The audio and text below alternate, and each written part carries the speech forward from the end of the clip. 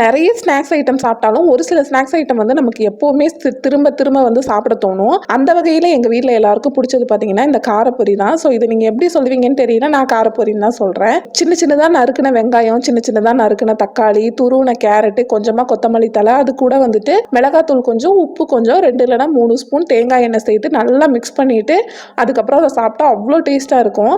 இந்த ஆயுத பூஜை அந்த மாதிரி டைமில் பூஜைன்னு சொல்லிட்டு பண்ணாலே நம்ம கண்டிப்பாக பொரி வந்து வாங்குவோம். அந்த பொரி மீதி இருந்ததுன்னா எப்பவுமே இது பண்ணி சாப்பிட்றது தான் வழக்கம். ரொம்ப ரொம்ப ரொம்ப டேஸ்ட்டாக இருக்கும். இப்போ என்னன்னா இந்த டேஸ்ட் என் பையனுக்குமே ரொம்ப பிடிச்சி போச்சு. கடைசியாக அதில் லெமன் போடுறதுக்கு மறந்துட்டேன். அதை கூட அவன் ஞாபகப்படுத்தி மம்மி லெமன் போடலன்னு சொல்லி கேட்டு ரொம்ப வந்து எல்லாரும் என்ஜாய் பண்ணி சாப்பிட்ட ஒரு ஸ்நாக் அப்படின்னா ரொம்ப நாளைக்கு அப்புறம் நான் இதை தான் வந்து சொல்லுவேன். ஈவினிங் வந்து இந்த ஸ்நாக்ஸ் வந்து முடிச்ச பின்னாடி டின்னருக்கு வந்து இட்லி பண்ணிட்டேன். நான் வந்து இட்லி அடிக்கடி பண்ற மாதிரி உங்களுக்கு தோணும். ஏன் அப்படின்னு சொல்லி பார்த்தீங்கன்னா எங்க வீட்டில் எல்லாத்துக்குமே இந்த இட்லி ரொம்ப பிடிக்கும். அதனால தான். அதுக்கப்புறம் என் பையன் வந்து குட்டி இட்லி வேணும் அப்படின்னு சொல்லி கேட்டனால மினி இட்லி ஒரு பிளேட் வந்து அவனுக்கு வச்சு கொடுத்துட்டேன்.